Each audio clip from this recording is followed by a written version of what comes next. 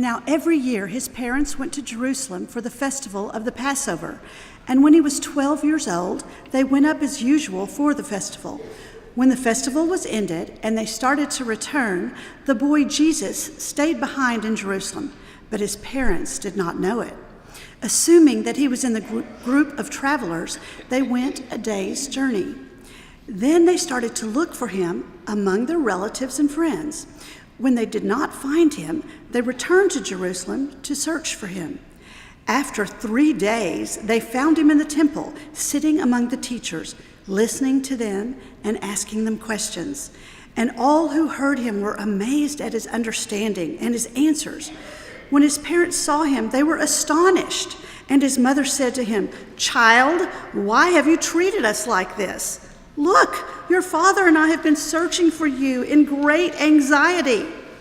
He said to them, "Why were you searching for me?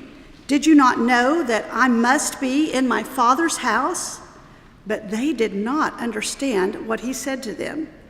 Then he went down with them and came to Nazareth and was obedient to them. His mother treasured all these things in her heart. And Jesus increased in wisdom and in years, and in divine and human favor. This is the word of the Lord. Thanks be to God. If I've learned anything during Leanna's pregnancy, it's that people love babies. And more than loving babies, they love to tell you how much they love babies. Y'all, if I had $1 for every time I'd heard that in the last 6 months, Henley would already have her college fund taken care of before she even gets here. And all of this baby love has got me thinking, why is it just babies? I mean, correct me if I'm wrong, but I've never heard someone say, "Oh, I just love teenagers. Let me teach her how to drive." Nor have you ever heard, "Oh, I just love 6-year-olds. Let me take my entire weekend to explain in painstaking detail how every appliance on the face of the planet works." We have an almost universal love for babies, and since I have just a few more months before I have to commit to the "my baby is the cutest thing to have ever existed on planet Earth" bandwagon, I've been wondering, why is it that we love babies so much? Now, there's a lot to like. I'm with you for most of the way. Most babies are cute, and many of them are cuddly, and they give us this excuse to be caregivers, which is an experience that a lot of human beings, I've noticed, really, really enjoy. And if you hang out with babies long enough, you get to watch them grow and develop and explore both the world around them and the beautiful architecture of their unique souls. But this is church. So let's be honest for just a second. Part of the appeal of babies is their inability to talk. Right? Right? Now listen, I'm not so naive as to understand that babies can't communicate, but I think they often win the popularity contest over surly teenagers and inquisitive 6-year-olds because they are, for a year or more in most cases, incapable of speech. And as such, they cannot talk back or express opinions contrary to our own or demand anything more complicated from us than food and sleep and clean diapers. And you know who fits that description perfectly? He's right over there. It's not Mike. It's baby Jesus. Sorry, Mike.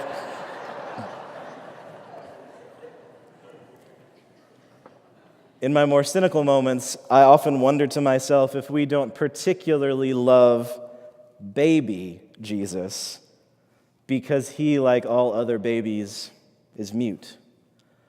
We can sing all these wonderful carols and fawn over the baby and delight in the gift of our salvation, all without any of those inconvenient demands the grown-up Jesus is going to make on us.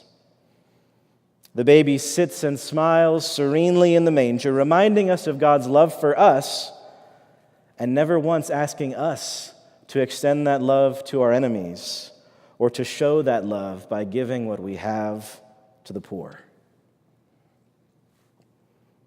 But even on the Sunday after Christmas, baby Jesus is an ironic place for us to focus our attention for many reasons, not the least of which is that in Luke's version of the story, Jesus remains a serene, mute, cuddly infant for less than one chapter. After the Christmas story, we get 18 short verses about what happens to Jesus as an infant, and then we slam right into Luke 2:40, which came right before this morning's reading. The child grew and became strong, filled with wisdom, and the favor of God was upon him. Less than 2 chapters into Luke's gospel, and we no longer have a serene, cute, cuddly, mute baby in a manger. We have a walking, talking, growing human being. Did you know that of the 4 canonical Gospels, Luke's is the only one that shows us what Jesus' growing up years looked like? Matthew skips all the way from the exile in Egypt to Jesus' baptism, and Mark and John are pretty much unconcerned with anything before Jesus' adulthood. Only Luke shows us this adolescent scene, and it's a pretty interesting one. We learn, first of all, that the Holy Family has this regular custom of going up to Jerusalem to celebrate Passover. And in our era of growing anti-Semitism, I would be remiss to miss an opportunity to remind us that Jesus was an observant Jew his entire life. And on one of these Passover trips, Mary, Joseph, and Jesus, they get separated from each other. Now, as Julie has already reminded us, given the dangers of travel in those days and the importance of Passover, you usually traveled, especially long distances, in groups. So we shouldn't imagine Mary and Joseph as negligent parents. They must have just assumed that Jesus was walking with an aunt or an uncle or that nice couple from down the street. It's not until after an entire day's worth of traveling that they notice something is wrong. Jesus isn't with another family, he really is missing. And so they run back to Jerusalem and they spend 3 long days frantically searching for him in perhaps the only situation where the question, "Have you found Jesus yet?" really makes any kind of sense. Meanwhile, those of us who were raised on the Home Alone movies are expecting some pretty major hijinks. Maybe Jesus is galloping around town on a camel or gorging himself on hummus and falafel to celebrate his newfound freedom. But in reality, it's quite the opposite. Jesus spends the 3 days it takes his family to find him in and around the temple, listening to the various rabbis there and asking them questions. When Mary and Joseph finally arrive, they have a question too, only theirs is not concerning a finer point of Torah interpretation. It's the frantic exclamation of a parent who feels that double rush of relief and anger. "Child, why have you treated us like this?" I often wonder how that scene went down. Did Mary hear the Pharisees and the rabbis as they gushed about the curiosity of this precocious boy? Did she notice the way the assembled scholars were looking at him with awe and reverence? Did she perceive the care and attention that Jesus was devoting to listening to these learned men in the temple? Can she be open to this new direction that Jesus is growing into? Or does her own anxiety want to lock Jesus into the past when things were simpler, easier, quieter, and maybe even more obviously and wonderfully miraculous? The Lutheran bishop Craig Satterley describes the scene this way. Maybe Mary and Joseph simply failed to see that their baby was growing up. And, like Mary and Joseph, we cannot or do not want to see that our Jesus is growing up even as we grow up. Our Jesus is growing beyond our childhood, beyond our children's childhood. Our Jesus is growing beyond our expectations. There's a lot that can be said about this seeming misadventure during Passover in the temple, But what I think truly needs to be said in this moment is that this is a story of Jesus growing up. What's more, it's a story of what happens when Jesus grows up in a direction that the people around him did not anticipate. Now, thank God that never happens to us, right? Hopefully, you've never known what it's like to be in a relationship with someone who refuses to let you be a dynamic and three-dimensional person with the ability to change and grow. But if sadly you have, you know that it's suffocating to always have to be the person they remember you being, or want you to be, or simply imagine you to be. And I can't help but wonder if that's how Jesus feels when we spend so much time obsessing over the baby in the manger. It can be a hard thing to wrap our brains around, but if we're going to deal honestly with this text, we have to deal honestly with the fact that Jesus grows up, which is an unsettling thought for some branches of Western theology. Traditionally, following the insights of Plato and some other philosophers like him, many Western theologians have adhered to this idea called the impassibility of God, which means basically that since part of being God is being perfect, there is nothing lacking in God for God to grow or change into. And yet, if Jesus truly was a person, as all our ancient creeds attest, then he grew and changed and developed as a person. And if Jesus Christ is indeed God, as all our ancient creeds attest, then on some profound level, God grows up. Now, when it comes to the first person of the Trinity, maybe growth is just a metaphor. I'm reminded here of the medieval theologian and philosopher Anselm of Canterbury, who said, "God is that than which nothing greater can be conceived of." Which basically means if our finite brains can conceive of a thing, they can also conceive of a thing that is slightly greater than the previous thing, even if it's just by a tiny degree, and therefore we can keep on imagining things, which means that we haven't yet got to the fullness of God. Anselm argued that the fullness of God exists outside of our ability to imagine it and is therefore greater than anything we can ever conceive of on our own. So maybe growth is simply what happens when we develop the capacity to plumb the depths of God's existence just a little bit further.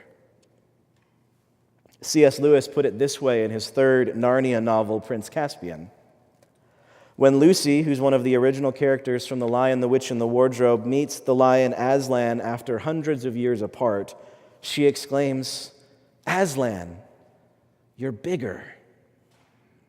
"That is because you are older, little one." "Not because you are?" "I am not, but every year you grow, you will find me bigger." Maybe growth is just a feeble human attempt to use our finite language to describe our ever-expanding awareness of the infinite. Or maybe Jesus really does grow in exactly the same ways that we do. Maybe the incarnation really is that miraculous. At the end of the day, all I really know is that there is an infinite depth and complexity to this God that we worship, and we should never find ourselves content with whatever status quo our relationship with God happens to be in any given moment.